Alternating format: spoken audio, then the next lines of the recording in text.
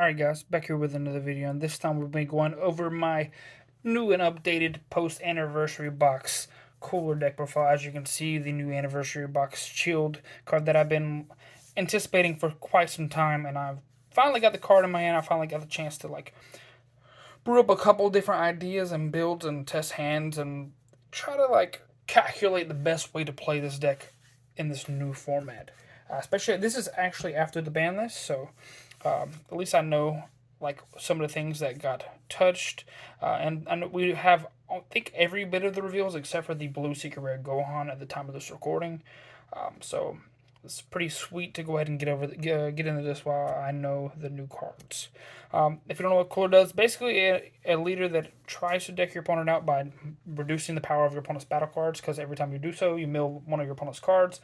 And if it's your opponent's turn, once per turn, draw a card, and on the backside, you get to do it on either player's turn. So once per turn on your turn and your opponent's turn, and when he attacks, he draws a card. On the first turn, he has to attack with the leader to draw a card, and then when he awakens at 4 life or less, you untap 1 energy or restand 1 energy.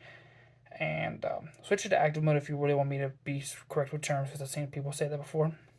And draw a card. And I love you guys leaving comments, so make sure you guys leave comments with new merch ideas. If you guys want to see a cooler merch, playmat, or shirt, hoodie, make sure you guys leave that comment below. And check out the Shopify if you haven't already. The Shopify link is in the description, and the Discord as well for Gaming. We have lots of things to do there, and you can always talk to me there, and we always hang out in Discord and stuff. So let's go and get into it.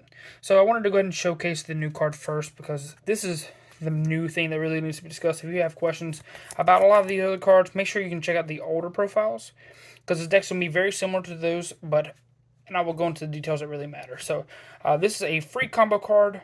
So 0-5k, as long as you have a multicolor in your energy, which you will. He's dual attack blocker. When he's played, you look at the top 5 cards and grab a Frieza clan, 5 or less, red or blue. It has to be red or blue, or red and blue.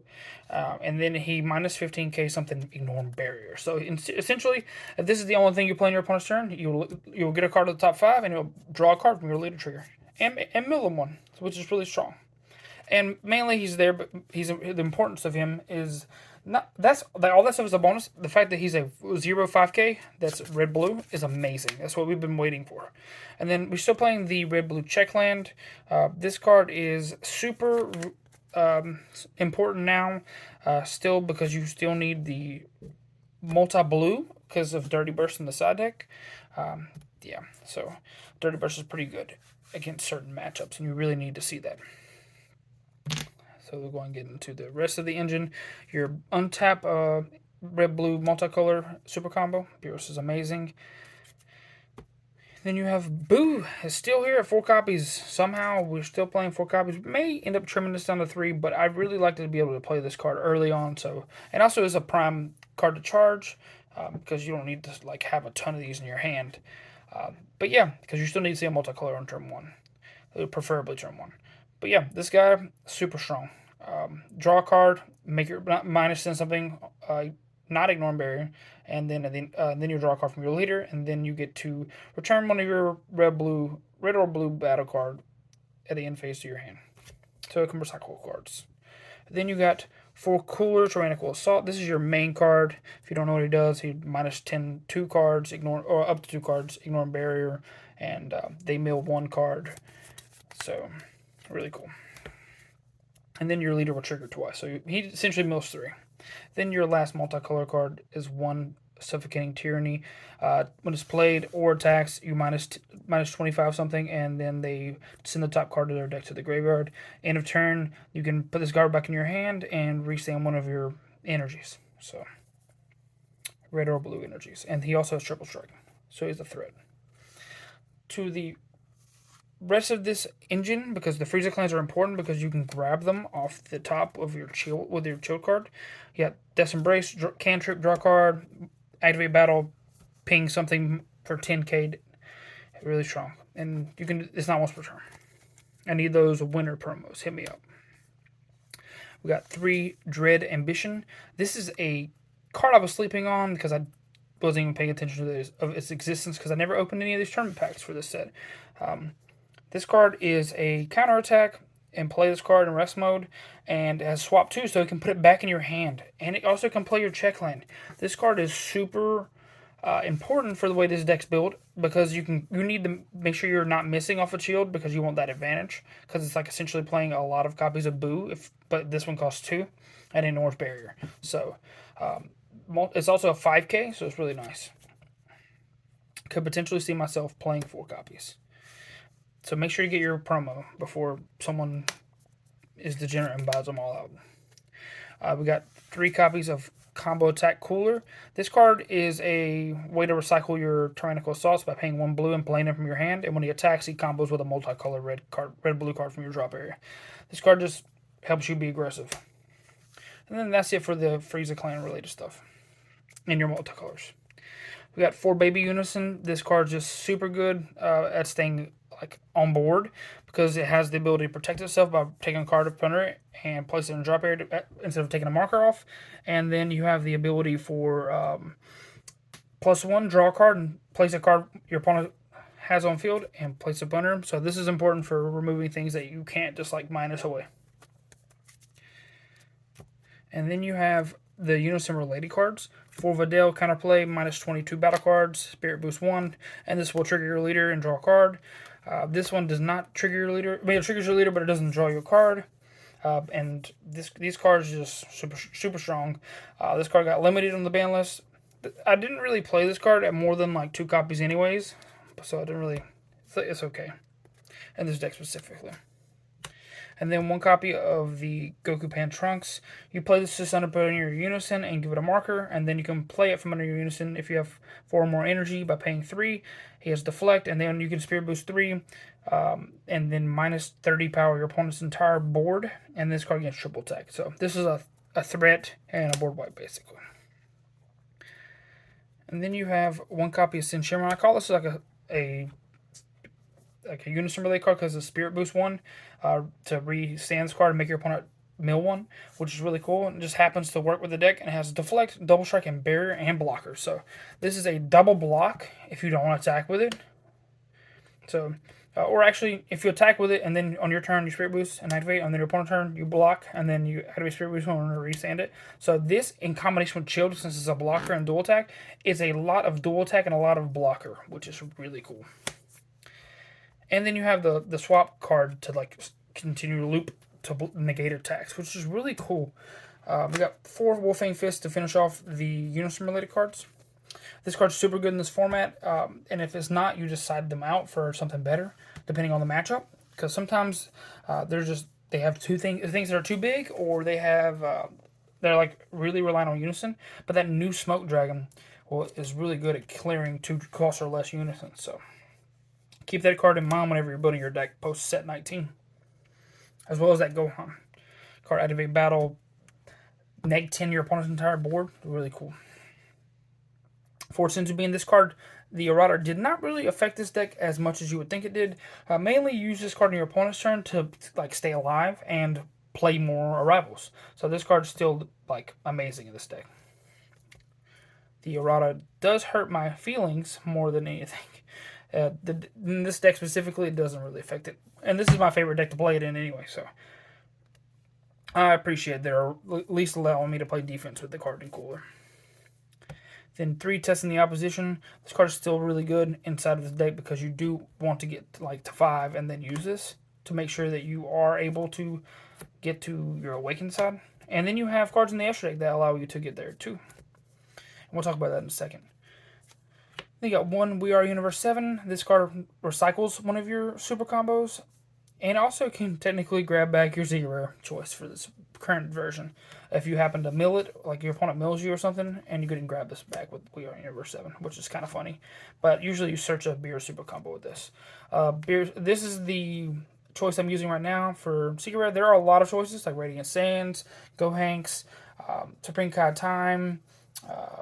There's just a bunch of options, but this one I think makes the most sense for this current build that you're looking at because of the ability to board wipe, including Unison, and -10 your opponent's leader, which is essentially boosting your leader by 5k. Not exactly, but leaders are a big threat for this. So this is just really nice. And also it has triple strike 40k and burns your opponent for damage. So if they don't like have a negate, which a lot of people don't care about, like they charge their negates in this matchup because they can't combo, they can't like do anything with them because I'm not attacking that much. But in this build specifically, since Violent Rays got touched, there are so many 20k dual attackers in this deck basically that the Violent Rays hit actually buffed my deck indirectly. To the extra deck, we'll go ahead and this is probably going to change slightly, but we'll go ahead and get into it. So the most important one, in my opinion, is having access to Awakening with the Super Saiyan Blue Vegeta surmounting the impossible. This card just helps you take a life.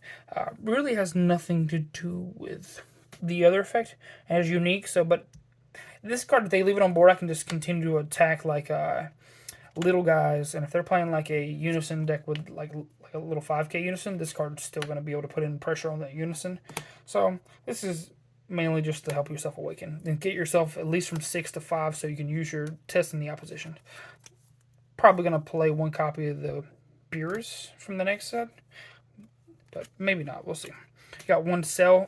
You are playing blue energy, so I'm just having it in here just in case if I want to have a triple striker potentially, and usually just a deflect critical dual attack. It's really cool. And then you have 3 Vegeta rush attacks because you are playing a red deck, and this also does trigger your leader because it minuses your opponent's battle cards, so it does trigger to mill, which is just an extra little boss in your extra deck. You don't really technically need this many copies. I just fill my extra deck up. Then you got one SS4 Goku Defender of Life. If I'm really trying to pressure them, may be able to hit them with the deflect double strike, burn them for damage, and then help push them damage in. But in reality, these are really just situational cards that you don't really need. And then you got the Cyberman tokens. This extra deck is probably where you should go with for now until the next set comes out, because I'm not sure if I'm going to change it up very much. Let's go and get into the options. You can play Gohan's Unison, like I said earlier, at Radiant Sands. Bobby's currently borrowing it. This is still going to go on the side deck for sure.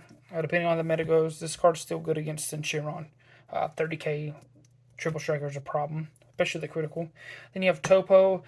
This is a card you can play. I'm not sure if it's the best for this format. Then you have Oceanus, which I need to pick those up again since they went down pretty hard in price. Those cards are pretty good now that there are less outs to them, but I still don't think they're very necessary because they do cost 2 and make you discard a card, which is a really rough thing. And then you have Dirty Bursts for sure. Between the main and side, you should have this card, depending on your meta. Most definitely going to side it at least. And then, if, like I said earlier, there's a way for you to... Oh, no, maybe not. I want to mention this, though.